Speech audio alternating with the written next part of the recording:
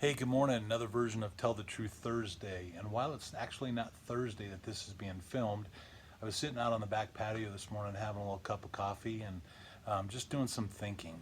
And I've been challenged to work on what I think the LO of 2019, of 2021 looks like and changes to our industry. I mean, I've been just doing a lot of thinking about that.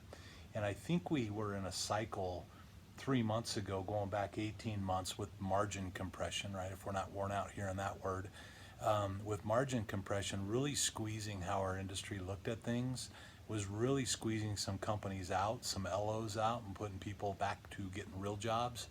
And then all of a sudden we get a little boost from the Fed, rates drop, and here we go again with another refi market. And so all of a sudden those companies that were gone, the doors are open and they're investing funds, and the LOs that were gone and going to get a job at Home Depot. I say that because I got to go there in a few minutes. Love that store, by the way. Anyway, so the LOs that were going to be working at Home Depot now all of a sudden have a pipeline of 3 or 4 loans and think they're superstars again. So the LO of 2021, what does that look like? Our industry would tell you, and I agree with this actually, with the amount of artificial intelligence and technology that's coming into our space, trying to replace the loan officer, with margins continuing to being squeezed and profitability, companies are looking for a way to replace the salesperson. And while I don't think that will ever happen, I do believe wholeheartedly, along with the industry experts, that LO comp will come under fire in the next couple of years. How far? Some people think LO comp could be sitting at 30 to 40 basis points versus, the 125 medium range, speaking in Colorado anyway, that we sit in today. So that's a 2/3 reduction, meaning you're gonna have to do 3 times the amount of production in a couple of years to make the same amount of money you're making today. And if you want to make more money than you're making today, well, you can do the math. That's pretty simple. Um, do I think it goes that far? No, I don't think it goes that far. If we take our industry back, and what does that mean? That means in a time like today, we've been fighting the same issues in this industry for as long as I've been in it, and that's over 20 years, right? We're still begging LOs to take a good 1003. We're still working every day to get operations and salespeople to get along, and it all starts with how the file is started, right?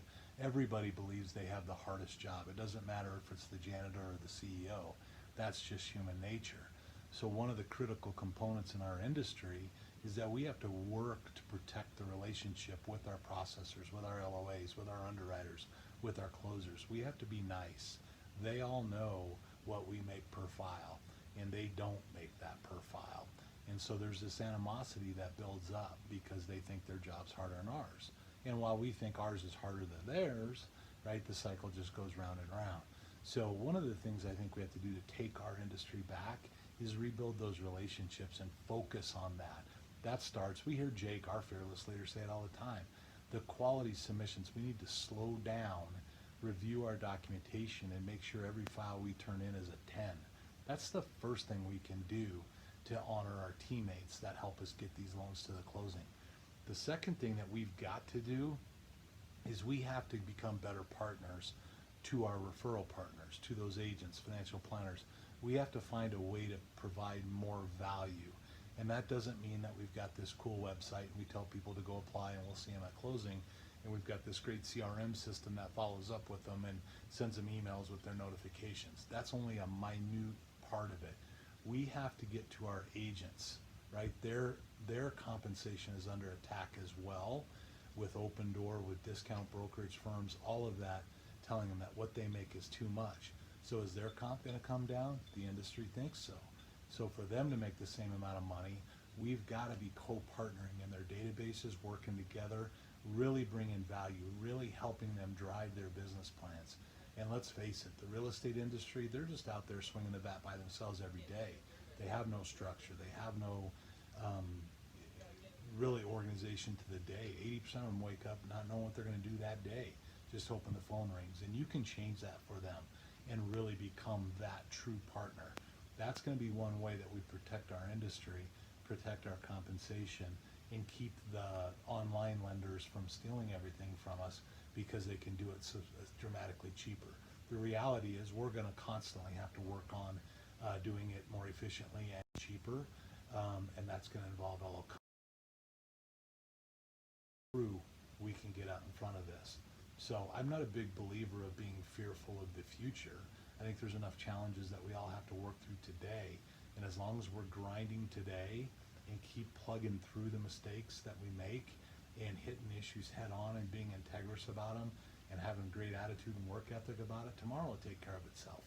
So I think we just got to make sure we're grinding today and staying on that, and you've got to lead your office and share that message with your people. Because the reality is, if you've got LOs in your office right now that don't have 3 to 4 loans in their pipeline going right now, truth of the matter is they're not working very hard, and you're going to have to look at the expense of that to your P&L in the overall efficiency ratio. So that's a little bit harsh, but it's called Tell the Truth Thursday, right? So that's where my head is at, and I just think that, you know, as we go through this, our opportunity is to constantly learn. We learn best from the failures that we make. So failures really should lead us to thinking time, which should lead us to systems. Systems are what lead to outcome, not just desiring it. It takes the systems, which takes the time. So I'm just begging you this morning to spend some time thinking on those systems for your branch, for your people, so you can truly serve them, and we can be prepared for 2021 and dominant in 2021. That's it. That's another version of Tell the Truth Thursday being recorded this Saturday. Hope you have a great day.